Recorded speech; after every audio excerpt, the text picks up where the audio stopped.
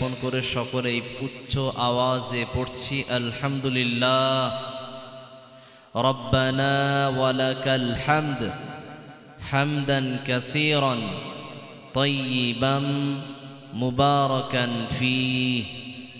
অতঃপর দরুদ ও শান্তি বর্ষিত হোক শেষ নবী মুহাম্মদুর রাসূলুল্লাহ সাল্লাল্লাহু আলাইহি ওয়াসাল্লামের প্রতি আমরা সকলেই পড়ছি আমিন। আপনাদের সম্মুখে পবিত্র কোরআন থেকে সূরাতুল বানী ইসরাঈল থেকে 23 নম্বর এবং 24 নম্বর আয়াত তেলাওয়াত করেছি। দুইটি আয়াতকে সম্মুখে রেখে এদিকে ওদিকে কথা না বলে সংক্ষিপ্তে তাফসির করে আজকের আলোচনাকে সংক্ষিপ্ত সময়ের মধ্যেই সমাপনী করার চেষ্টা করব ইনশাআল্লাহ তাআলা। আল্লাহ পাক রব্বুল আলামিন তিনি আমাদেরকে ইবাদত হিসাবে পৃথিবীতে অনেক কিছু দিয়েছেন। মহান আল্লাহ পাক তিনি ইবাদত হিসাবে আমাদের কাছে তিনি আল্লাহ দিয়েছেন কোরআন তেলাওয়াত, আল্লাহ ইবাদত হিসাবে দিয়েছেন দোয়া করা, ইবাদত হিসাবে দিয়েছেন জিকির করা, ইবাদত হিসাবে দিয়েছেন নামাজ পড়া, ইবাদত হিসাবে দিয়েছেন হজ করা, ইবাদত হিসাবে আল্লাহ দিয়েছেন দান করা, সাদাকা করা।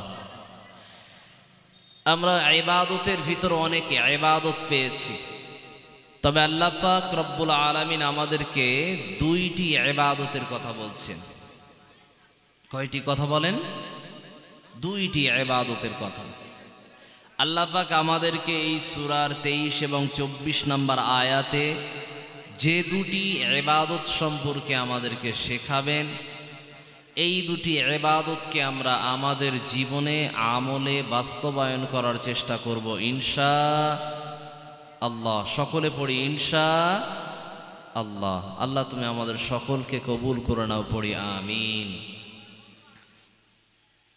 আল্লাহ পাক রব্বুল আলামিন তিনি বললেন وَقَضَى رَبُّكَ أَلَّا تَعْبُدُوا إِلَّا إِيَّاهُ وَبِالْوَالِدَيْنِ إِحْسَانًا।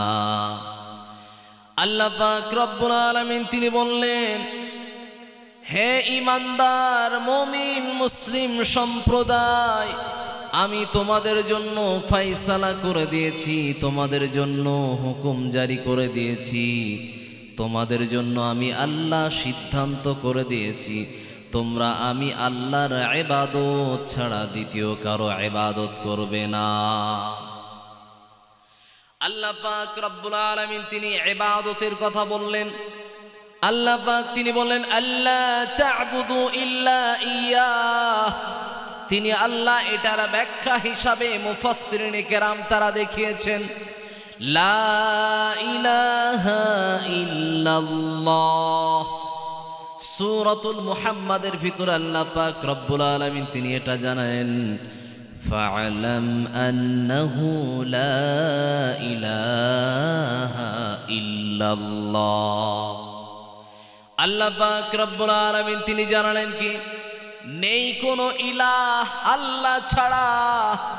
এটাকে প্রথমে মেনে নেওয়ার নাম হলো আল্লাহর সাথে আল্লাহকে সম্পূর্ণভাবে ইবাদত করা এবং আল্লাহকে ইলাহ হিসাবে মেনে নেওয়া। আমরা সকলেই জানি ইবাদত মানে কি? ইবাদত মানে নামাজ। ইবাদত মানে কি? ইবাদত মানে দোয়া করা। ইবাদত মানে কি? ইবাদত মানে সাদাকা করা। কিন্তু ইবাদতের 2 নাম্বার আরেকটি অর্থ হলো যে গোলামি করা, দাসত্ব করা। একমাত্র দাসত্ব এবং মাথা নত এবং গোলামি এক আল্লাহ ছাড়া দ্বিতীয় কারো কাছে করা যাবে জি না, কারো কাছে করা যাবে না। আল্লাহ পাক রব্বুল আলামিন তিনি এটাই বোঝালেন আল্লাহ ছাড়া কারো কাছে মাথা নামানো যাবে না, আল্লাহ ছাড়া কোনো কারো কাছে মাথা নত করা যাবে না, আল্লাহ ছাড়া কারো কাছে গোলামি স্বীকার করা যাবে না। আল্লাহ পাক রব্বুল আলামিন তিনি এটা আমাদেরকে শিখিয়েছেন, লা ইলাহা ইল্লাল্লাহ, আল্লাহ ছাড়া কাউকে ইলাহ হিসাবে মানি না। এটার অর্থ হলো আল্লাহ ছাড়া কারো কাছে মাথা নত করি না। আমাদের যখন প্রয়োজন হবে, সন্তান চাওয়ার প্রয়োজন, সম্পদ চাওয়ার প্রয়োজন, শস্য প্রয়োজন, ধানের ব্যবসার জন্য অথবা কোনো কিছু ক্ষেতের জন্য আমার কোনো কিছু প্রয়োজন পড়েছে, সব কিছু আমি চাইবো একমাত্র কার কাছে? আল্লাহর কাছে। আল্লাহ পাক রব্বুল আলামিন তিনি এটা বললেন চাইবেন কিভাবে। আল্লাহ পাক তিনি শেখালেন, আলহামদুলিল্লাহি রাব্বিল আলামিন আর রহমানির রহিম মালিকি ইয়াউমিদ্দিন ইয়্যাকা না'বুদু ওয়া ইয়্যাকা নাস্তাঈন। আল্লাহ পাক তিনি সূরাতুল ফাতিহার ভিতরে তিনি জানালেন, ও বান্দা তুমি প্রথমে কি করো? তুমি আমি আল্লাহর প্রশংসা করো। আমরা প্রশংসা করলাম, সব প্রশংসা তোমার এবং সমস্ত বিশ্ব জগতের রব তুমি আল্লাহ, তুমি রহমান, তুমি মহাদয়াবান। এভাবে আল্লাহর কাছে বলার পরে আল্লাহকে এবারে আমরা বললাম, আল্লাহ তোমারই ইবাদত করি এবং তোমার কাছেই সাহায্য চাই। আল্লাহরই ইবাদত করতে হবে, আল্লাহর কাছেই সাহায্য চাইতে হবে। আল্লাহ পাক রব্বুল আলামিন এটাও তিনি বললেন, ওয়াস্তাঈনু বিস-সাবরি ওয়াস-সালাহ। এবারে সাহায্য চাইবেন কিভাবে? আল্লাহ পাক তার থিওরি দিয়ে দিলেন, সাহায্য চাইতে হবে দুইটি মাধ্যমে। এক নাম্বার হলো ধৈর্য ধারণের মাধ্যমে, দুই নাম্বার হলো নামাজের মাধ্যমে। তার মানে হলো যখন কোনো কিছু চাইবেন, চাওয়ার পরে অপেক্ষায় থাকতে হবে, এটাকে বলে ধৈর্য ধারণ। নাম্বার দুই, যখন কোনো কিছু আপনার প্রয়োজন হবে তখন সৃষ্টির কাছে না চেয়ে আপনি নামাজের মাধ্যমে প্রথমে আল্লাহর কাছে জানান। আপনার প্রয়োজনটাকে আপনি আল্লাহর কাছে অভিযোগ দায়ের করেন, আল্লাহ পাক রব্বুল আলামিন সেটাকে পূরণ করার জন্য প্রস্তুত আছেন। কারণ আল্লাহ পাক তিনি নিজেই জানালেন, আল্লাহ পাক রব্বুল আলামিন তিনি নিজেই জানালেন, উদউনি আস্তাজিব লাকুম, বান্দা তুমি আমার কাছে চাও, আমি আল্লাহ পাক রব্বুল আলামিন তোমাকে দেওয়ার জন্য প্রস্তুত আছি। তাহলে আল্লাহ পাক তিনি আমাদেরকে নিশ্চয়তা দিয়েছেন, আল্লাহ আমাদেরকে গ্যারান্টি দিয়েছেন যে আল্লাহর কাছে চাইলে আমরা পাবো, ভরসা দিয়েছেন। সেই মহান আল্লাহ পাক রব্বুল আলামিনের কাছে কি আমি আর আপনি চেয়েছি? আল্লাহর কাছে আমরা সন্তান চেয়েছি, 3টি কন্যা সন্তান, 4টি কন্যা সন্তান, 5টি কন্যা সন্তান হয়েছে। আল্লাহর কাছে আমাদের চাওয়ার পদ্ধতি তখন পাল্টে গিয়েছে। রব্বুল আলামিন তোমার কাছে ভিক্ষা চাই, কানা কোড়া কুজো যাই হোক একটা অন্তত পুত্র সন্তান দাও। কেন? কারণ বংশের বাতি জ্বালানোর জন্য একটা অন্তত পুত্র সন্তান দাও। আল্লাহ যদিও বংশের বাতি জ্বালানোর জন্য দিয়েছে, ওই সন্তান এসে এত বাতি জ্বালিয়েছে পুরো মা বাবার সম্মান গ্রাম থেকে হারিয়ে গেছে। বলতে চাইছিলাম আল্লাহর কাছে আপনি আর আমি সন্তান চাইব কিভাবে? আল্লাহই শিখিয়েছেন। নবী ইব্রাহিম আলাইহিস সালাতু ওয়াস সালাম তিনি আল্লাহর কাছে সন্তান চেয়েছিলেন, কন্যা চান নাই। তিনি আল্লাহর কাছে সন্তান চেয়েছিলেন, পুত্র সন্তান চান নাই। তিনি আল্লাহর কাছে বলেছিলেন, রব্বি হাবলি মিনাস সালিহিন। সকলে পড়েন, রব্বি হাবলি মিনাস সালিহিন। ও রব্বুল আলামিন তোমার কাছে দয়া ভিক্ষা চাই, তুমি দয়া করে আমাকে একটা সৎ সন্তান দাও। নবী ইব্রাহিম পুত্র চেয়েছিলেন, কন্যা চেয়েছিলেন? জি না, পুত্র চেয়ে নেন নাই, কন্যাও চেয়ে নেন নাই। তিনি আল্লাহর কাছে চেয়েছিলেন, আল্লাহ তুমি তোমার খুশি মর্জি মোতাবেক, তুমি যেটাতে রাজি থাকবে সেই রকম মোতাবেক, তোমার সন্তুষ্ট মোতাবেক তুমি আমাকে একটা সৎ সন্তান দাও। আল্লাহর কাছে চেয়েছিলেন। আমরা ঠিক একই রকম কায়দায়, একই রকম পদ্ধতিতে, একই রকম তরিকা অনুপাতে আমরা আল্লাহর কাছে চাইব কি সন্তান? কথা বলেন।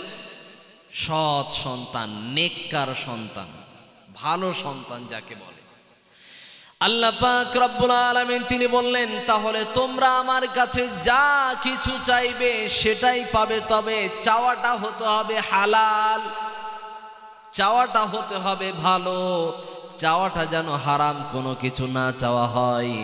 তার মানে কোনো কেউ যদি চুরি করতে যায়, চুরি করার আগে যদি বিসমিল্লাহ বলে আর যদি ধরা না পড়ে, ও আবার এসে মানুষের কাছে গল্প করে চুরি করার আগে বিসমিল্লাহ বলেছিলাম বলে চুরিতে ধরা পড়ি না। এই চুরিতে কোনো রকম বিষয় আসে না। আমরা এই যে সমস্ত কথাগুলো বলি, এগুলো কোনো রকম ভাবে কাল্পনিক ভাবে যদি কোইন্সিডেন্ট ভাবে যদি কোনো রকম মিলে যায়, অর্থাৎ চুরি করতে গিয়ে বিসমিল্লাহ বলে যদি ধরাও না পড়ে যায়, তারপরেও চুরি করার আগে বিসমিল্লাহ বলাটাই হলো হারাম। চুরি করাও হারাম, চুরি করার আগে বিসমিল্লাহ বলাও হারাম। তার মানে খাচ্ছে মদ আর বলছে কি গোপের বাণী, হারাম। বিষয়টা হয়ে যায় এই রকম। আমি আর আপনি আমরা চাইবো আল্লাহর কাছে সন্তান হিসাবে কি সন্তান? নেককার সন্তান। তবে হ্যাঁ, খেয়াল রাখবেন, কবরের কাছে কোনো কিছু চাওয়া যাবে না। কবরে যে ব্যক্তি শায়িত আছেন তিনি যদি আল্লাহর বান্দা হন, তিনি যদি কোনো রকম নেককার সালেহ বান্দা হন, তিনি যদি কোনো রকম ভাবে পীর ওলি আউলিয়া কোনো ব্যক্তি বুজুর্গানে দিন যদি কবরে শায়িত থাকেন, এমন কি তার কাছেও কোনো কিছু চাওয়া যাবে? যাবে না। আমি আর আপনি সুন্নাহ পালনের জন্য কি করতে পারি? কবরের নিকটে যেতে পারি, কবর জিয়ারত করতে পারি, কবরে গিয়ে সেখানে আমি দরুদ পড়তে পারি, সেখানে গিয়ে আমি সূরাতুল ফাতিহা পড়তে পারি, ইত্যাদি ইত্যাদি কোরআনের সূরা পড়ে আমি আল্লাহর কাছে কি করব? হাত তুলে দোয়া করব, ওই কবরবাসীর জন্য দোয়া করব, কবরবাসিনীর জন্য দোয়া করব। খেয়াল রাখবেন, যত কবর মাজার আমরা যেখানেই যাই না কেন, সেখানে যাওয়ার পরে তার কাছে কিছু চাওয়ার থেকে আমরা চেষ্টা করব তার জন্য কি করা? দোয়া করা। কি করা? দোয়া করা। এটাই কোরআন এবং সুন্নাহ মোতাবেক, এটাই হলো পদ্ধতি, এটাই হলো তরিকা। আমরা চেষ্টা করব কবরে যেন কোনো রকম ভাবে আমার দ্বারাতে সেজদা না হয়ে যায়, মাথা নত যেন না করি। কবরে সেজদা করা যাবে? যাবে না। কবরে সেজদা করা যাবে না। কবরে সেজদা করা থেকে আমি আর আপনি যদি বিরত থাকতে পারি, তাহলে শিরক থেকে মুক্ত থাকতে পারলাম। যদি কবরে সেজদা করেই ফেলি, তাহলে আমার দ্বারাতে নিশ্চিত রূপে শিরক হয়ে গেছে। এর জন্য কি করতে হবে? আল্লাহর কাছে ক্ষমা প্রার্থী হতে হবে, তওবা করতে হবে। নবী করিম সাল্লাল্লাহু আলাইহি ওয়াসাল্লাম জামিআত তিরমিজির বর্ণনায় বিশ্ব নবী তিনি কি বললেন? আল্লাহর রাসূল সাল্লাল্লাহু আলাইহি ওয়াসাল্লাম তিনি বললেন, কুল্লু বানি আদম খাত্তাউন ওয়া খায়রুল খাত্তাইন আত-তাওয়াবুন, আও কামা ক্বালা আলাইহিস সালাতু ওয়াস সালাম। বিশ্বনবী তিনি বললেন, প্রতিটা আদম সন্তান ভুল করবে, প্রতিটা আদম সন্তান পাপী। প্রতিটা আদম সন্তানের ভিতরে যে বা যারা ভুল করবে, তারা যেন অবশ্যই পরক্ষণেই যেন তওবা করে নেয়। কারণ তওবা করনেওয়ালা ব্যক্তিকে বিশ্বনবী তিনি বললেন, এই ব্যক্তিটা পাপ করার সাথে সাথেই যেহেতু তওবা করে নিয়েছে, এই ব্যক্তিটা আল্লাহর কাছে সবথেকে পছন্দনীয় ব্যক্তি। একটু জোরে সরে বলবেন না সুবহানাল্লাহ। আমি আর আপনি যখন তওবা করব, তওবা শব্দের অর্থ শুধুমাত্র তওবা করা এটা নয়, তওবা আস্তাগফিরুল্লাহ এটা নয়। তওবা করার অর্থ হলো ওইটা, আমি আর আপনি যখন তওবা করব,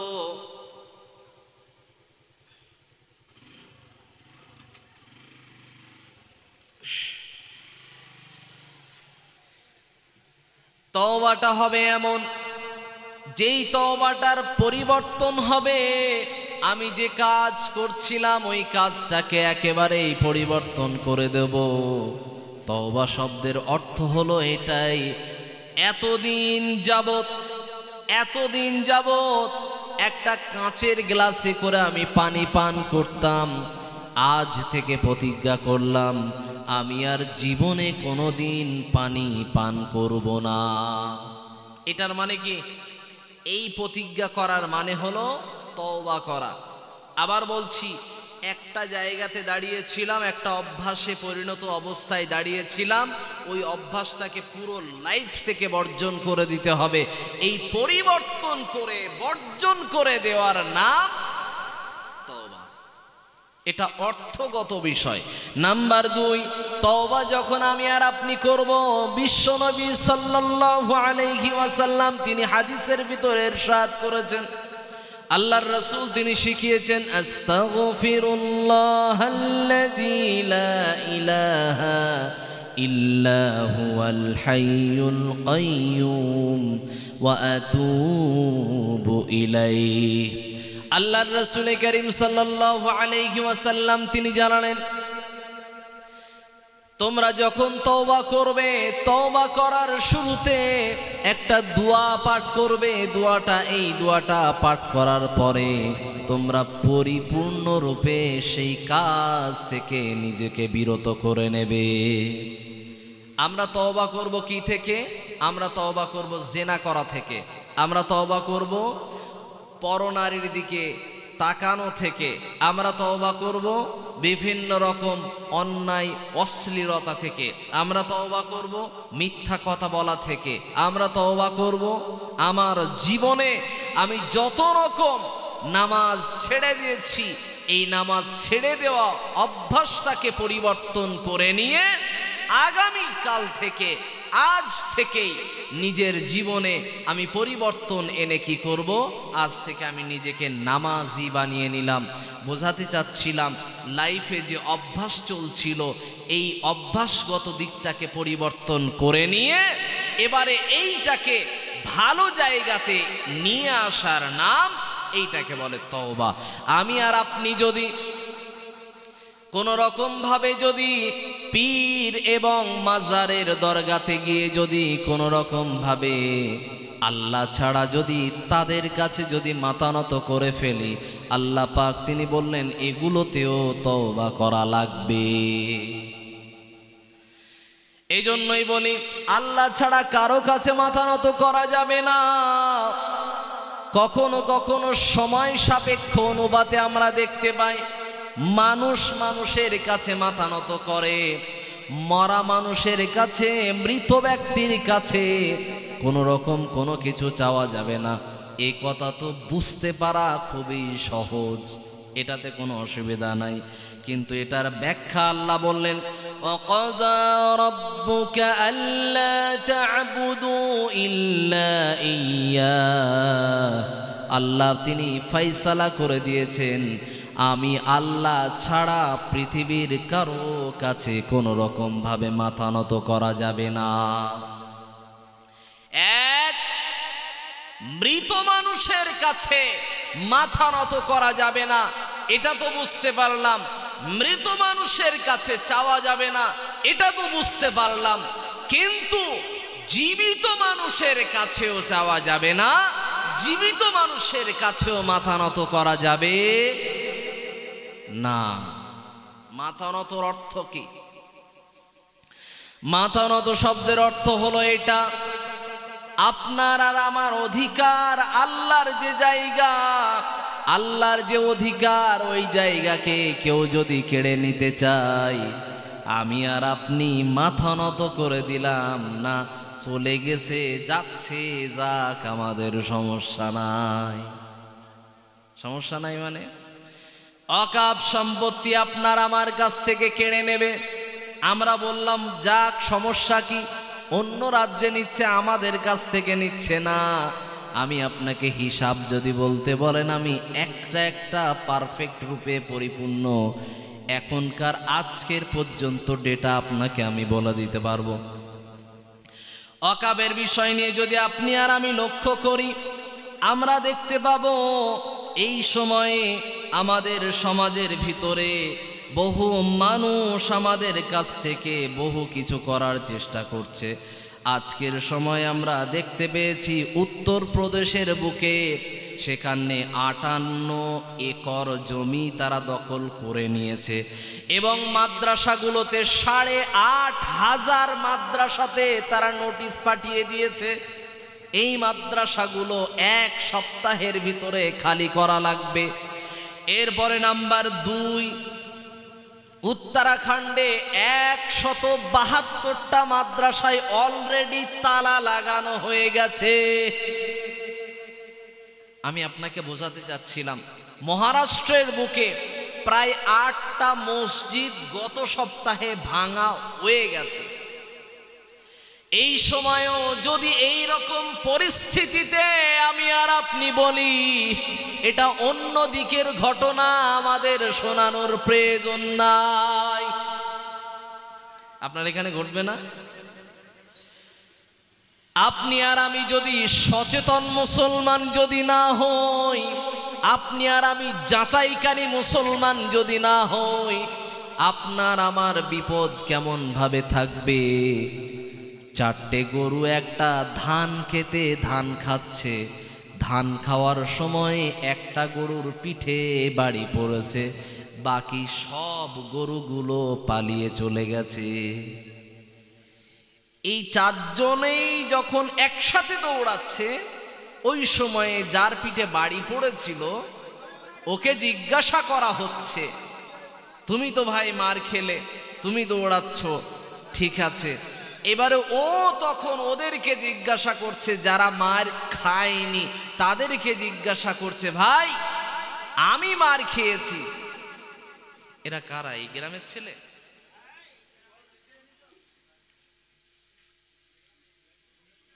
ওনারা কি শিষ্টাচার বোঝে না? যেখানে কোরআনের আলোচনা চলে কথা বলতে নাই?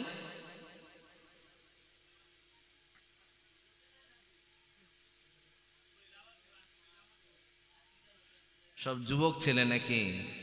হ্যাঁ, ওই জন্য।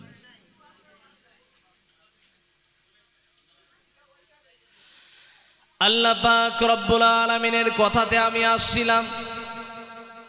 আল্লাহ পাক রব্বুল আলামিন তিনি যেটা আমাদেরকে বললেন, পৃথিবীর জীবিত মানুষের কাছেও মাথা নত করা যাবে না। বর্তমান সময়ে যদি আমরা এভাবেই যদি লক্ষ্য করি, বিভিন্ন জায়গাতে যখন এভাবে মারছে, আমরা দেখতে পেয়েছি এই 4টে গরুর ভিতরে একটা গরুর পিঠে বাড়ি পড়ার পরে সকলেই পালাচ্ছে। ওই 4টে গরুর ভিতরে যার পিঠে বাড়ি পড়েছে ওকে জিজ্ঞাসা করা হয়েছে, ও নিজে এদেরকে জিজ্ঞাসা করে বলছে, আমি মার খেয়েছি বলে দৌড়াচ্ছি, তা তোরা তো মার খাসনি, দৌড়াচ্ছিস কেন? বলছে, তোর পরে আমাদের পালা ছিল তাই আমরা পালাচ্ছি। আমি আপনাকে বোঝাতে যাচ্ছি, একদিকে যেমন ভাবে হাত পড়েছে, তারা নিজে থেকে দাবি করতে চেয়েছে, দাবি মুখ থেকে তারা বলে বলে বোঝাচ্ছে যে এই দেশের ভিতরে যত জায়গাতে মুসলিম আছে তাদেরকে কি করতে হবে? ভাগাতে হবে, জিহাদিদেরকে ভাগাতে হবে, মুসলিমদেরকে চ্যাংদোলা করে ফেলে দিতে হবে। বিভিন্ন রকম মন্তব্যে তারা কথা বলছে। আমি বলতে চাইছিলাম, আপনি আর আমি তাদের কাছে কি নত হয়ে গেছে? জি না। আমরা তো শির দাঁড়াওয়ালা মুসলমান ছিলাম, আমরা তো ছিলাম সালাহুদ্দিন আইয়ুবীর সন্তান এবং উত্তরসূরি, আমরা তো ছিলাম ওমারে ফারুকের উত্তরসূরি, আমরা তো সেই জাত যেই জাতের দ্বারা দেশের বিভিন্ন জায়গাতে বিভিন্ন মানুষ আমাদের দ্বারা সেফটি গ্রহণ করেছে, কিন্তু আমরা এখন বর্তমান সময়ে নিজেরাই নির্যাতিত, আমরা কাদেরকে সেফটি দেব? এজন্যই বোঝাতে যাচ্ছিলাম, আমরা নিজেরা যেমন সংরক্ষণ থাকব, অন্যদেরকেও সংরক্ষণে রাখবো ইনশাআল্লাহ। আমাদেরকে অন্যরা আমাদেরকে মারছে, কিন্তু আমাদের কাছাকাছি তাদের জাত ভাই যদি থাকে, আমাদের হিন্দু ভাইয়েরা যদি আমাদের কাছে থাকে, কোনো কারণবশত আমরা যেন তাদেরকে কোনো রকম ভাবে ব্যথা না দেই। আমরা কোনো হিন্দুকে কোনো রকম ভাবে মারধর করব না এবং তাদেরকে ব্যথা দেওয়ার মতো কথাও বলবো না ইনশাআল্লাহ। আল্লাহ তুমি আমাদেরকে বোঝার তৌফিক দাও, আমিন। আল্লাহ পাক রব্বুল আলামিন তিনি বললেন, পৃথিবীর মানুষের কাছে মাথা নত করা যাবে না। পৃথিবীর জীবন্ত মানুষের কাছে প্রথমে কোনো কিছু চাওয়া যাবে না। আপনার সন্তান প্রয়োজন, আপনার মালের প্রয়োজন, আপনার বিশাল সম্পদের পাহাড় প্রয়োজন। আল্লাহ পাক রব্বুল আলামিনের এই কথা অনুপাতে সম্রাট ঔরঙ্গজেবের কাছে একজন ভিখারি এসেছে ভিক্ষা চাওয়ার জন্য। এমন সময়ে ভিখারি যখন দারোয়ানের কাছে যখন পারমিশন চেয়েছে, পারমিশন দিয়ে দিল। ভিতরে গিয়ে দেখছে নামাজে মাগরিব চলছে। মাগরিবের নামাজের পরে ঔরঙ্গজেব রাহিমাহুল্লাহ তিনি মসজিদ থেকে এবারে মসজিদের বারান্দায় এসে তিনি সুন্নাহ চালু করেছেন, সুন্নত নামাজ চালু করে দিয়েছেন। এই নামাজটা পড়ার পরে তিনি দুহাত তুলে আল্লাহর কাছে তিনি কাঁদেন। তিনি আল্লাহর কাছে একটু কথার আওয়াজটা একটু মুখ থেকে বের করে একটু জাহির করে করে তিনি দোয়া করেন, রব্বুল আলামিন তোমার কাছে ভিক্ষা চাই। আমার দেশের ভিতরে যত রকম ঋণগ্রস্ততা আছে আল্লাহ সবগুলোকে তুমি মুক্ত করে দাও। ও রব্বুল আলামিন আমার দেশের ভিতরে রাজ্যের ভিতরে যত রকম মানুষ অসুস্থ অবস্থায় আছে তাদেরকে শেফা দিয়ে দাও। দেশের জনগণের জন্য এবং নিজের ঋণের জন্য তিনি দোয়া করছেন কার কাছে? আল্লাহ। আল্লাহর দরবারে দোয়া করেন। ওই দুয়ার কথাগুলো যখন ভিখারি শুনতে পায়, এমন সময়ে ভিখারি এসে দারোয়ানের কাছে জিজ্ঞাসা করে, ও দারোয়ান মহাশয়, দারোয়ান সাহেব, আমাদের কাছে যেই বাদশাহ তিনি নামাজ পড়ছেন সামনে, ওই ব্যক্তিটা তিনি আবার কার কাছে ভিক্ষা চান? আমি তো ওনার কাছে ভিক্ষা চাইতে এসেছি, উনি বাদশাহ হয়ে আবার কার কাছে ভিক্ষা চাই? একথা জানার পরে, জিজ্ঞাসার পরে দারোয়ান মহাশয় তিনি উত্তরে বললেন, সারা বিশ্ব জগতের রব, সেই রবের কাছে তিনি ভিক্ষা চাইছেন। এই কথা শোনার পরে ভিখারির সাথে সাথে তখনই বলল, বাদশাহ যেখানে ভিক্ষা চেয়ে আমরা যে বাদশার কাছে ভিক্ষা চাইতে এসেছি, স্বয়ং সেই বাদশাহ আরেক বাদশার কাছে ভিক্ষা চাইছে। আমি তো এই বাদশার কাছে ভিক্ষা চাই না।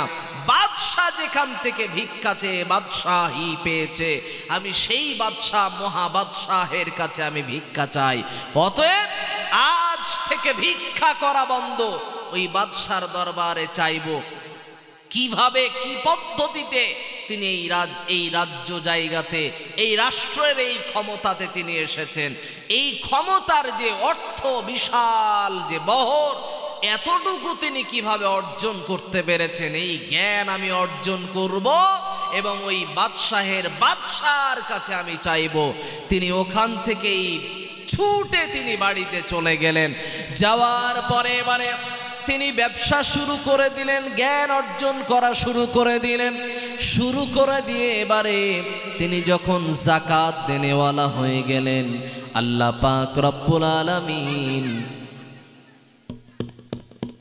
এইদিকে আপনাদের দিকে আমার একটু নজর যাচ্ছে। হ্যাঁ, আলোচনার মাঝখানে মাহফিলের মঞ্চে কোনো রকম কথা বলতে গেলে আমাকে এসে বলেন। হ্যাঁ, আমি এটা বিয়াদবি, ক্ষমা চাচ্ছি, আমি আপনাদের সঙ্গে বিয়াদবি করতে চাই না, আপনারাও যেন আমার সাথে করবেন না, এটা আমি হাত জোড় করে অনুরোধ করছি।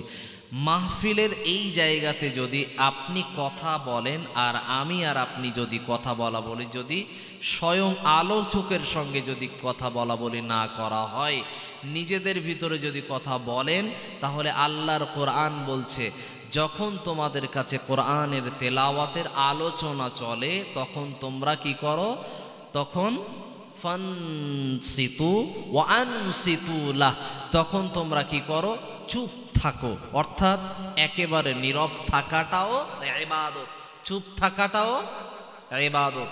যদি কথা বলতে হয় আমার সাথে বলেন, নচেত চুপ থাকাটাই শ্রেয়। এটাই হলো উত্তম, এটাই হলো পদ্ধতি। আল্লাহ পাক রব্বুল আলামিন তিনি আমাদেরকে শিখিয়েছেন।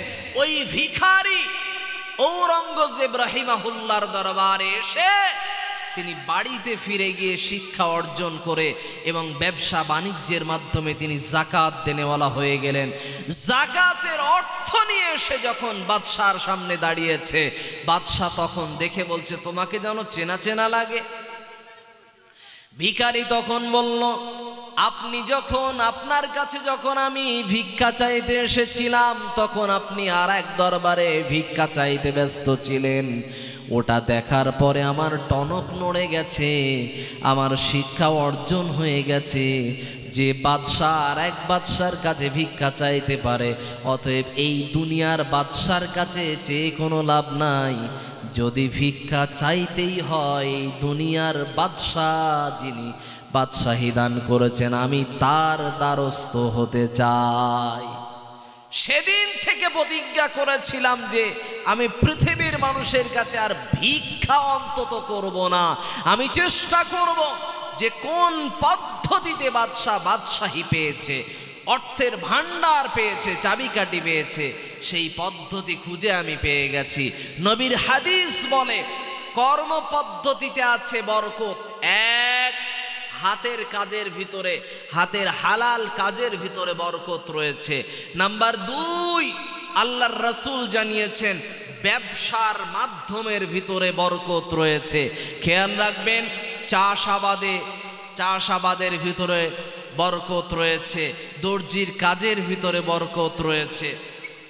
এরপরে বিভিন্ন রকম রাজমিস্ত্রির কাজের ভিতরে বরকত রয়েছে, মাটি কাটার কাজের ভিতরে বরকত রয়েছে। কাজগুলো দেখে মনে হবে ছোট কাজ, একেবারে নিচু মানের, নিম্নমানের কাজ, কিন্তু এই কাজের ভিতরেই বরকত রয়েছে। নবীর কথা অনুপাতে রিকশা চালকের কাজের ভিতরে বরকত রয়েছে। নবীর কথা অনুপাতে পরিযায়ী শ্রমিকদের হাতের কাজের ভিতরে বরকত রয়েছে। নবীর কথা অনুপাতে প্রবাসীদের কাজকর্মের ভিতরে বরকত রয়েছে। নবীর কথা অনুপাতে ইলেকট্রিশিয়ানদের কাজের ভিতরে বরকত রয়েছে। নবীর কথা অনুপাতে সফটওয়্যার ইঞ্জিনিয়ারদের হাতের কাজের ভিতরে বরকত রয়েছে। হার্ডওয়ার্ক ইঞ্জিনিয়ারদের কাজের ভিতরে বরকত রয়েছে। নবীর কথা অনুপাতে ব্যবসার ভিতরে বরকত রয়েছে। বলতে চাইছিলাম আমরা ইমাম মুয়াজ্জিনদের অর্থের ভিতরে বরকত খুঁজে পাই। আমি আপনাকে বলতে চাইছিলাম হক বড় তিতো লাগে, শুনতে বড্ড খারাপ লাগে। ইমামের বেতন আমাদের সমাজে কত? ইমামের বেতন আমরা রেখেছি 2000, 3000, 5000, সর্বোচ্চ 10 থেকে 12,000, এর উপরে আমরা রাখি না। আবার ওই ইমাম যখন বিভিন্ন মহলের ডাকে যখন সাড়া দিয়ে সহযোগিতা পেতে যায়, আমরাই তারে কি করি? ঠাট্টা করে বলি অমুক দলের ইমাম অমুক দলের গোলামি করতে গেছে। বোঝাতে যাচ্ছিলাম মুসলমান সম্প্রদায়, আপনি ইমামকে বাধ্য করেছেন অন্যদের কাছে হাত পাততে, অন্যদের কাছে দ্বারস্থ হতে। ইমাম হিসাবে আপনাকে এতটুকু অন্তত পরামর্শ দিয়ে বলতে চাই, মানুষের কথা না শুনে, মানুষের দ্বারস্থ না হয়ে, মানুষের কাছে হাত না পেতে নবীর সুন্নাহকে ফলো করুন। ব্যবসা বাণিজ্য শুরু করুন। সকালবেলাতে ইমামতি করার পরে মার্কেট থেকে মাছ কিনে আনুন, 4 ঘন্টা মাত্র ব্যবসা করেন, দিনে 300 টাকা ইনকাম হয়ে যাবে। আপনাকে বোঝাতে যাচ্ছিলাম, কথা তিতো লাগতে পারে, তারপরেও অন্তত ওয়াজ মাহফিল দেওয়া মানেই শুধুমাত্র সুর আর বাজার গরম করা মোটেও নয়। সমাজ পরিবর্তনের নাম হলো ওয়াজ মাহফিল দেওয়া। সমাজ পরিবর্তন যদি ওয়াজ মাহফিলের দ্বারাতে না হয়, তাহলে অন্তত এই ওয়াজ মাহফিল দেওয়ার থেকে না দেওয়াই ভালো। কারণ এখানেও যে কথা বলা হয়, একই কথা আমাদের খুতবার আগে অথবা খুতবার সময়তে আমাদের বায়ানের সময়ে কি করা হয়, জুমার দিনে একই কোরআন হাদিস থেকে কথা বলা হয়। কথা ঠিক না ভুল? কথা ঠিক না ভুল? অতএব ওয়াজের মাধ্যমে সমাজ পরিবর্তনের প্রয়োজন আছে। বলতে চাইছিলাম, আপনার ইমাম আর মুয়াজ্জিনকে যদি মনে হয় বাজারে ব্যবসায় আপনি নামাবেন না, কাজকর্মে যেতে দেবেন না, তাহলে তার পর্যাপ্ত পরিমাণে আপনার যেমন 10 থেকে 15,000 টাকা ইনকাম না হলে আপনার সংসার, আপনার বাচ্চা, আপনার মা বাবা, খেদমত, আত্মীয় স্বজনকে রক্ষা করা সম্ভব হয় না। একই রকম ভাবে সেও রক্তের এবং মাংসের গড়া একটা মানুষ। প্রথমে সে মানুষ, অতঃপর আলেম, অতঃপর ইমাম। তাই বোঝাতে চাচ্ছিলাম, তারও মায়ের খেদমতের প্রয়োজন, তারও বাবার খেদমতের প্রয়োজন, তারও স্ত্রীর অধিকারের প্রয়োজন, তারও সন্তান সন্ততির হকের প্রয়োজন। তাই তার যে পর্যাপ্ত পরিমাণের যতটুকু চাহিদা, সেইটুকু অন্তত পূরণ করেন। একটা মানুষের, খেটে খাওয়া মানুষের সর্বনিম্ন রোজগার যতটুকু, আপনি আর আমি মুসলমান দায়িত্ববান হিসাবে আমি আর আপনি যদি দায়িত্ব নিতাম, আমাদের কোনো অসুবিধা হতো না। ইমামরা বিভিন্ন জায়গায় দ্বারস্থ হতো না। বোঝাতে যাচ্ছিলাম, ইমাম যখন বিভিন্ন মহলের কাছে হাত পাতবে, ও চাইবে কখন, যখন ওর কন্যার বিয়ের প্রয়োজন হবে, তখনও মানুষের কাছে হাত পাততে গেছে। আমি আমার যে মসজিদে আমি খুতবা দিই মিটিয়া বুরুজ এলাকাতে, ওই মসজিদে রমজান মাসে মিনিমাম 10 থেকে 15 জন ইমাম সাহেব মানুষ তাদের কন্যা দায়ের জন্যই শুধু মসজিদে হাত পাততে এসেছেন, যে আমার মেয়ের বিয়ে, তাই এসেছি, অমুক অমুক অমুক অমুক মসজিদে আমি ইমামতি করেছি। মুসলিম সমাজের কাছে দুঃখ করে কথা বলতে বাধ্য হচ্ছি, একজন আলেম শাইখুল হাদিস, বীরভূম জেলাতে তার বাড়ি, তিনি করোনাকালীন সময়ের পূর্বে তিনি 20 বছর যাবত একই মাদ্রাসাতে তিনি হাদিসে বুখারীর দার্স তিনি দিয়েছেন। আবারও বলছি, 20 বছর যাবত তিনি বুখারীর দার্স দিচ্ছেন। সেই মানুষটার একটা ছোট্ট একটা বাচ্চা ছিল, একটা ছোট্ট বাচ্চা, এবং তার বয়স্কিনী মা ছিল। তিনি কমিটির কাছে হাত পেতেছিলেন, বলেছিলেন আমাকে কিছু টাকা ধার দেন, আমার মায়ের ঔষধ কিনবো এবং বাচ্চার দুধ কিনবো, বাকি অন্য অল্প টাকা সেটা আমি ব্যবস্থা হাওলাত ধার করে নেব, একথা বলেছিলেন। 1 মিনিট ভাই, আমি কমিটির কাছে অনুরোধ করছি, এখনো আমাদের এই শেষ বক্তা চলছে, যে সমস্ত বাচ্চারা এখনো রাস্তায় আছে তাদেরকে ধরে নিয়ে স্টেজের ওখানে বসিয়ে দাও। আমি বারবার অনুরোধ করছি, তাদেরকে স্টেজের ওখানে বসিয়ে দাও। এখনো যদি স্টেজের সামনে লোক না থাকে, বক্তা কাদের সঙ্গে বলবে, তাদের কাছে বলি বারবার করে 12টা পর্যন্ত, 12টার ভিতরে আমাদের দোয়া হবে ইনশাআল্লাহ। যারা বাইরে ঘোরাফেরা করছে বেপর্দা মহিলা, তাদেরকে অনুরোধ করে বলছি, পর্দা ছাড়া চলবেন না।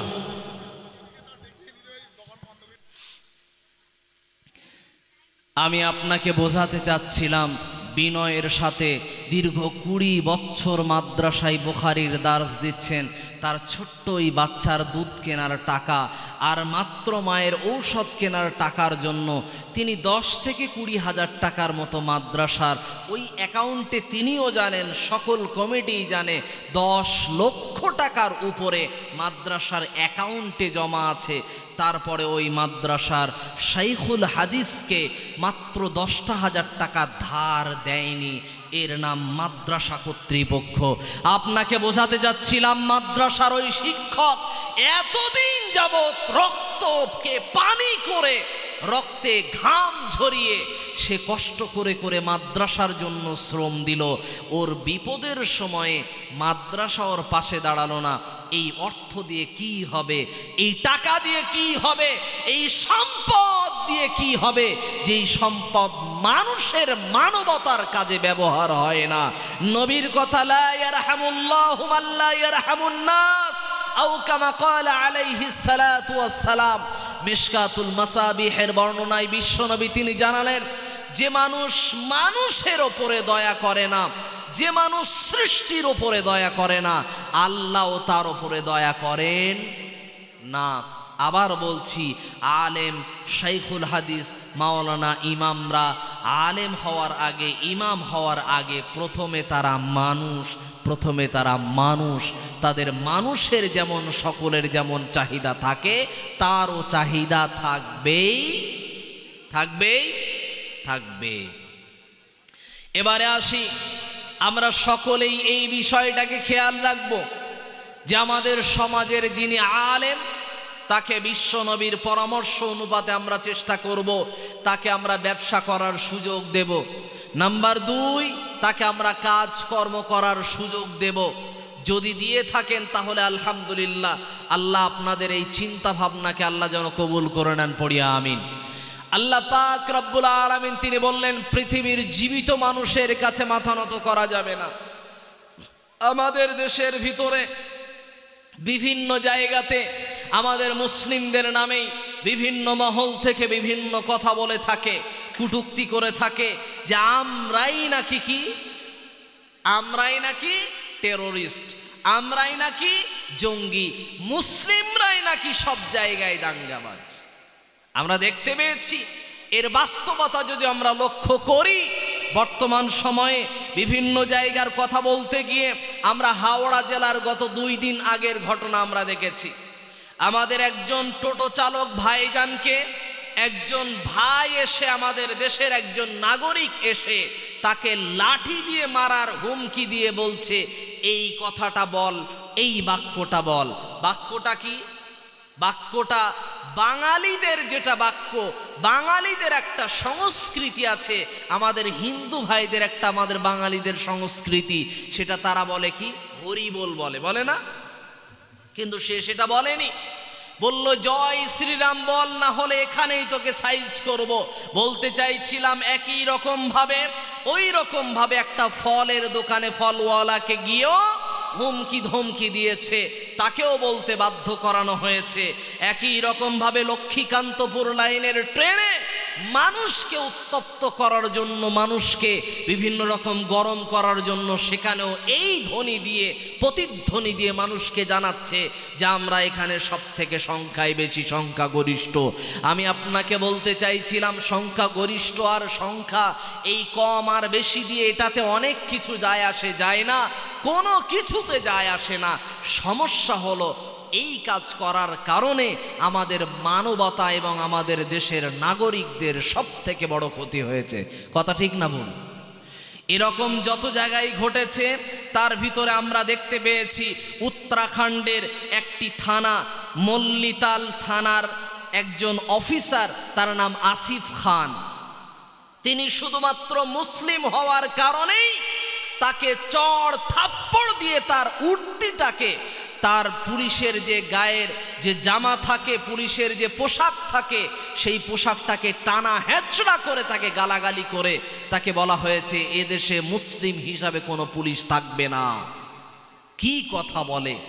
আমরা তো ছোট থেকেই জেনে এসেছি কয়েকটা চাকরির, কয়েকটা কাজের কোনো ধর্ম হয় না। নাম্বার 1, কোনো আইনজীবীদের, কোনো বিচারকদের কোনো ধর্ম হতে পারে না, সে নিজস্ব কোনো একটা ধর্ম মানতে পারে, কিন্তু আইনের জায়গাতে যখন এসে যাবে সে কোনো রকমভাবে ধর্মের দিকে দেখবে না। নাম্বার 2, পুলিশের কোনো রকম ধর্ম থাকতে পারে না, তার নিজস্ব ধর্ম থাকবে, বাড়িতে থাকবে, কিন্তু পুলিশের জায়গাতে আসলে শুধু ন্যায়ের সঙ্গে থাকবে, বাকি অন্য কিছুর সঙ্গে আপোষ হবে না। নাম্বার 3, আমরা ভালো করেই জানি শিক্ষার জন্য কোনো ধর্ম রাখা চলে না। শিক্ষক যদি বলে আমি হিন্দু ছাত্রকে পড়াবো আর মুসলিমকে পড়াবো না, এটা কি বলা চলবে? জি না, বলা চলবে না। শিক্ষক যদি বলে, মাদ্রাসার শিক্ষক, এমন কি আমাদের ইমাম সাহেব হুজুর সহ আমি সহ যদি বলি শুধু মুসলিম ছাত্রকে পড়াবো আর হিন্দু ছাত্রকে পড়াবো না, এই কথা বলা চলবে? বলা চলবে না। যার বাস্তব নমুনা স্বরূপ আমরা দেখতে পেয়েছি, মালদাহের বুকে হাই মাদ্রাসাতে ফার্স্ট হয়েছে একজন হিন্দু ছাত্রী। একটু সুবহানাল্লাহ বলবেন না? আমরা এটাই দেখতে চাই, এদেশের বুকে, এই রাজ্যের বুকে আমরা সকলেই নাগরিকরা আমরা সম্প্রীতি বজায় রেখে চলেছি। যার বাস্তব নমুনা আমাদের কাছাকাছি একটা জেলা, ওই জেলার নাম কি? মালদা। এই মালদা জেলার বুকে হাই মাদ্রাসায় সেখানে কি হয়েছে, একটা হিন্দু মহিলা সেখানে কি হয়েছে, পুরো মাদ্রাসা বোর্ডের ভিতরে সেই এলাকাতে সেখানে ফার্স্ট হয়েছে। আমি আপনাকে বোঝাতে যাচ্ছিলাম, এই পুলিশকে ওই জায়গাতে মারা হলো, কিন্তু সেখানে অনেক মানুষ ছিল, পুলিশও ছিল, তারা নীরব দর্শকের ভূমিকা পালন করেছিল। আপনাকে আমি বলতে চাইছিলাম, এই যে আমাদের কাছাকাছি বনগা আছে না, বনগার কাছাকাছি একটা স্টেশন আকাইপুর, সেখানে একটা পায়খানা ঘরের দেওয়ালে লেখা আছে কি, তারাই লিখেছে, সেখানে লিখেছে কথা যে কি, হিন্দুস্তান মুর্দাবাদ, পাকিস্তান জিন্দাবাদ। আমরা একটু জোরে বলি নাউজুবিল্লাহ। এ কথা আমরা কখনোই কোনো সময় কোনো রকম ভাবে আমরা বলতে চাই না। আমরা সর্বক্ষণ মরণ পর্যন্ত এই দেশকে যেহেতু আমরা চয়েস করেছি, এই দেশে যেহেতু জন্ম নিয়েছি, এই দেশেই আমাদের মরার ইচ্ছা সকলে বলেন ঠিক কিনা? ঠিক তো? তো এই দেশের জন্য আমরা সর্বসময় আমরা এ কথাই বলি, হিন্দুস্তান জিন্দাবাদ, হিন্দুস্তান জিন্দাবাদ, এটাই বলি। কিন্তু কোনো রকম ভাবে তারা সেখানে দেয়ালে এটা লিখেছে, লেখার পরে সেখানে পাকিস্তানি পতাকা উড়িয়ে সেখানে রেখে দিয়েছে। পরক্ষণেই জানতে পারা যাচ্ছে তাদের নাম কি, চন্দন মালাকার এবং প্রজ্ঞাজিৎ মণ্ডল। বলতে চাইছিলাম, একজন এর ভিতরে আবার হোমিওপ্যাথি ডাক্তারও আছে। আমি চাই এদেশের ভিতরে, আমরা চাই কোন রকম ভাবে যেন আমাদের হিন্দু মুসলিমের ভিতরে যেন সম্প্রীতি নষ্ট না হয়, এটা আমাদের ইচ্ছা। আল্লাহ পাক আমাদের উপরে যেন রহম করেন, পড়ি আমিন। আল্লাহ পাক রব্বুল আলামিনের এই কথা অনুপাতে বলতে চাইছিলাম, আমাদের এলাকার ভিতরে কিছু মানুষের অবস্থা এমন হয়ে গেছে, তারা বলতেই চায় যে আমরা জীবিত মানুষের কাছে যেন মাথা নত করতে, মাঝে মাঝে আমাদের মাথা নত করতেই হয়। এ কথা আমি বলি, জিনা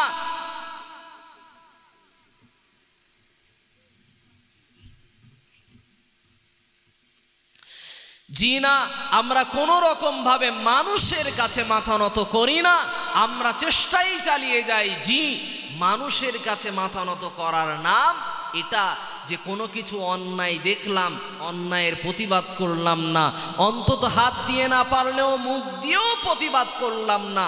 বিশ্বনবীর হাদিসের প্রমাণ করে, নবী কি বললেন, মান রাআ মিনকুম মুনকারান ফালিয়ুগাইয়িরহু বিয়াদিহি ফাইন লাম ইস্তাতি' ফাবিলিসানিহি আও কামা ক্বালা আলাইহিস সালাতু ওয়াস সালাম। আল্লাহর রাসূল তিনি বললেন, যখন তোমরা কোনো অন্যায় কাজ দেখবে তখন হাত দিয়ে বাধা প্রদান করবে। অন্যায় কাজের কথা বলতে গিয়ে বলতে চাইছিলাম, যখন আর্মিতে চাকরি করার জন্য, জয়েন করার জন্য যখন ইন্টারভিউয়ে যাওয়া হয়, তার জন্য আমাদের মুসলিমদেরকে কি করতে হয়, দাড়ি কাটতে হয়। এটা কি জানেন? একটু আমার দিকে তাকান, কথা বলেন। মুসলিমদের আর্মিতে জয়েন করতে গেলে, পুলিশে জয়েন করতে গেলে দাড়ি কাটতে হয় কি হয় না, এটা কি জানেন? কাটতে হয়, এটা বাধ্য। কিন্তু আমাদের দেশের এই একই দেশের নাগরিক অন্য আর একটি ধর্ম আছে, শিখ ধর্ম, তাদের কিন্তু দাড়ি কাটা লাগে না। কারণ তারা কি করেছে, তারা ওই জায়গার গদি চেয়ার দখল করে তারা হাতের দ্বারা প্রতিবাদ করে তারা আইনকে, তারা নিজের অধিকারকে তারা আদায় করে নিয়েছে। বোঝাতে যাচ্ছিলাম, আমাদের শিখ ভাইয়েরা তারা বড় বড় জায়গাতে, সেক্টরে তারা অধিকার আদায় করার জন্য সেই জায়গাতে তারা পৌঁছেছে। শিক্ষা অর্জন করার পরে, পৌঁছানোর পরে হাতের প্রতিবাদে কলম চালিয়েছে, কলম চালিয়ে তাদের নিজেদের অধিকার তারা পাশ করে নিয়েছে। কিন্তু মুসলিমরা শিক্ষা অর্জন করে ওই সেক্টরে, ওই স্থানে তারা পৌঁছাতে পারে নাই বলে এখনো মুসলমানদের দাড়ি কাটতে হয় চাকরিতে জয়েন করার জন্য। তার নাম হলো পুলিশি চাকরি। আমি কি কথা ভুল বলেছি? বর্তমান সময়ের এই রকম পরিস্থিতি বলতে চাইছিলাম। এলাকার কাছাকাছি মেটিয়াবুরুজ কলকাতা এলাকা, সেখানে মহেশতলার একজন থানার বাসিন্দা, একজন চিকিৎসক, তার নাম হলো চম্পাকলি সরকার। তিনি কি করেছেন, কয়েকজন মুসলিম পেশেন্ট তার কাছে এসেছে, তিনি স্ত্রী বিশেষজ্ঞ, যাদেরকে আমরা বলি গাইনোলজিস্ট, গাইনি ডাক্তার, মহিলাদেরকে দেখে যিনি। তিনি দেখার পরে একজনের কাছে ফোন এসেছে, ওই ডাক্তারের কাছে ফোন এসেছে যে ম্যাডাম আপনার কাছে আমার না যাওয়াই উচিত ছিল, না দেখানো উচিত ছিল, কারণ আপনি বলেছেন আজ থেকে মোহামেডানদেরকে আমি আর চিকিৎসা করব না, অর্থাৎ মুসলিম রুগীদেরকে আমি আর দেখব না। এটা বাস্তবে ঘটেছে। আমি আপনাকে বোঝাতে যাচ্ছিলাম, এই রকম পরিস্থিতির মুখে আপনি আর আমি যদি মনে করি মাথা নত করে দাঁড়িয়ে থাকবো, এই রকম পরিস্থিতি বাড়তেই থাকবে। আপনার আমার প্রয়োজন হলো তাদের এই বিষয়গুলোকে নখদর্পণ করা, প্রুফ সহকারে রেখে দেওয়ার পরে সম্পূর্ণভাবে তাদেরকে আইনের আওতায় এনে ব্যবস্থা গ্রহণ করা। না হলে তারা এই রকম বিভিন্ন রকম অন্যান্য ব্যক্তিদের প্ররোচনায় পড়ে তারা এই কাজ অবিরতভাবে চালিয়ে যাবে। আমরা চাই এদেশের যত নাগরিক আছে কেউ কোনো রকম ভাবে বিভিন্ন দাঙ্গাবাজদের ফাঁদে যেন না পড়ে যায়, না মুসলমান না হিন্দু। আমরা চাই এই দেশের ভিতরে কবি নজরুল বলেছিলেন, মোরা এক বৃন্তে দুইটি কুসুম, হিন্দু মুসলমান, মুসলিম তার নয়নমণি, হিন্দু তাহার প্রাণ। এ কথা আমরা আজও বিশ্বাস করি। কিন্তু আমাদের এই রাজ্যের একজন সাংবাদিক, নাম বলছি না, তিনি খুব দৌড়াদৌড়ি করে খুব সাংবাদিকতা করে এবং খুব লাফাঝাপি করে মুসলমানদের বিষয় আসলে। এই রকম লোকটা এ কি করে, এ বলছে কিসের কুসুম, কিসের মুসলমান, কিসের ভাই ভাই, কোনো ভাই ভাই নেই, আমরা আমাদের ভাই, আমরা আমাদেরই ভাই, আপনারা আপনাদের ভাই হন।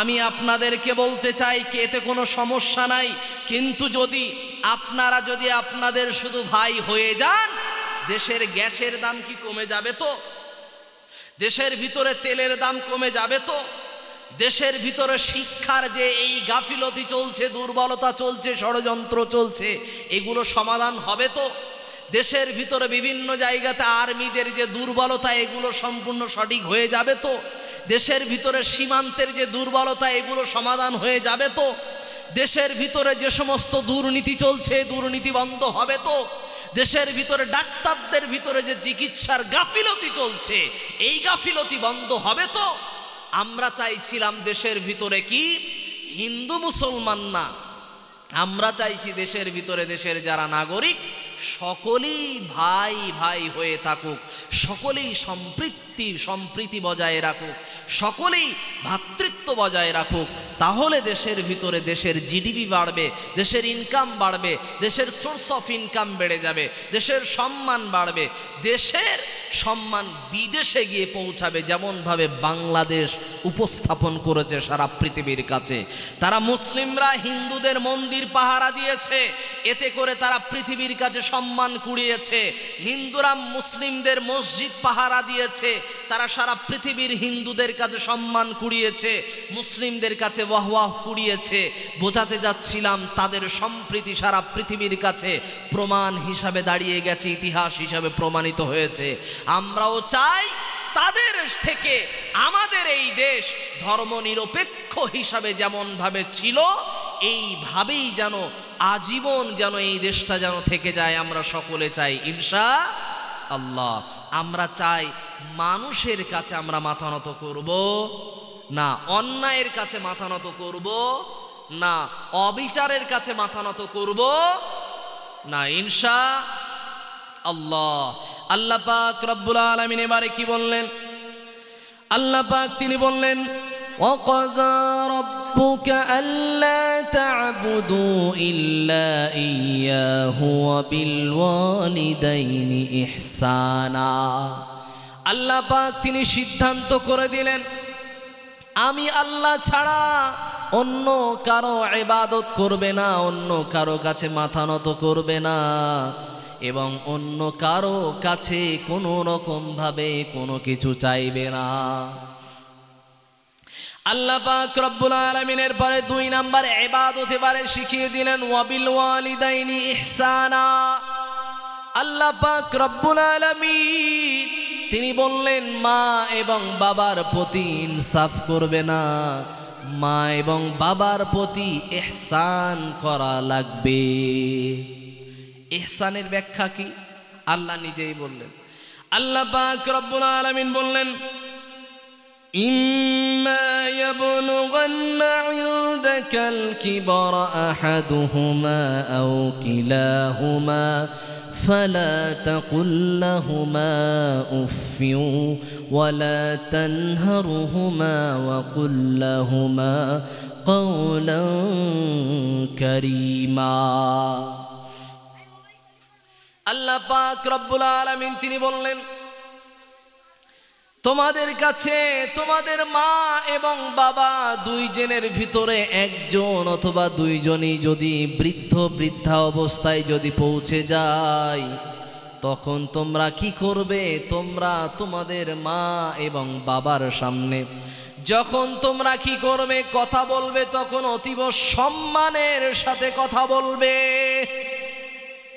সম্মান মানে কোন পর্যায়ের সম্মান? আমাদের কাছে যদি বসিরহাট মাওলানাবাগ থেকে যদি কোনো রকম পীরের আওলাদ যদি আমাদের কাছে চলে আসেন, আমরা কি করি? তার শানে কোনো বিয়াদবি করি? কথা বলেন, কোনো রকম ভাবে বিয়াদবি করি না। আমরা যদি দেখি আমাদের কাছে যদি আমাদের ফুরফুরা থেকে যদি কোনো পীরের আওলাদরা সাহেবরা যদি কোনো রকম ভাবে এখানে উপস্থিত হয়ে যায়, আমরা কি তাদের শানে কোনো রকম বিয়াদবি করি? জি করি না। আমরা চেষ্টা করি সর্বোচ্চভাবে তাকে কোনো রকম ভাবে অসম্মান যেন না হয়ে যায়, আমার দ্বারা কোনো রকম যেন বিয়াদবি না হয়ে যায়, আমরা এটা রক্ষা করার চেষ্টা করি। আপনাকে এটাই বোঝাতে চাচ্ছিলাম। আল্লাহ পাক রব্বুল আলামিন তিনি বলছেন পৃথিবীর পীর ওলি আউলিয়াদেরকে যদি এতটা সম্মান করতে পারো তাহলে পৃথিবীর অন্যান্য পীর ওলি আউলিয়াদের সন্তান সন্ততির থেকে, পীর ওলি আউলিয়াদের থেকে সব থেকে দামি দুইজন মানুষ আছে, সেই মানুষের নাম মা এবং বাবা। এদের সঙ্গে কথা বলার কোয়ালিটি থাকবে এত সুন্দর, যেমন ভাবে পলিটিক্যাল লিডারের সামনে ন্যূনতম বিয়াদবি করি না, মুখ্যমন্ত্রীর সামনে, এমপি এমএলএর সামনে, এমনকি আমাদের পঞ্চায়েত প্রধানের সামনেও ন্যূনতম বিয়াদবি আমরা করার চেষ্টা করি না। এটা আমরা রক্ষা করি অন্তত। কেন? কারণ তিনি আমাদের সম্মানিত একজন ব্যক্তি। কাদের নির্বাচিত? আমাদের দ্বারাতেই তো নির্বাচিত। অতএব তাকে আমাদের এখন বর্তমানে সম্মান করা দরকার। কারণ তার হাত থেকে কম বেশি কোনো কিছু সহযোগিতা আসলে পাবো। এই কারণে অন্তত তাকে আমরা কি করি, সম্মান করি। আপনাকে আমি এই কথা দিয়েই বোঝাতে যাচ্ছি, দেশের এমপি এমএলএর থেকে, দেশের মুখ্যমন্ত্রীর থেকে, দেশের প্রধানমন্ত্রীর থেকে আপনার মা আপনার বাবা সব থেকে বড় মেহমান। বাড়িতে আপনার সব থেকে বড় মেহমান অতিথির নাম মা এবং বাবা। ওনাকে সম্মান করতে হবে। দুইজন ব্যক্তিকে এতটা বেশি সম্মান করতে হবে পৃথিবীর সমস্ত মানুষের থেকে, এদেরকে বেশি সম্মান করতে হবে। আমরা সকলেই করব তো ইনশাআল্লাহ। আল্লাহ তুমি আমাদেরকে কবুল করে নাও, পড়ি আমিন। কিন্তু একটা নিষেধ আছে। নিষেধটা কি? আল্লাহ পাক রব্বুল আলামিন তিনি বললেন,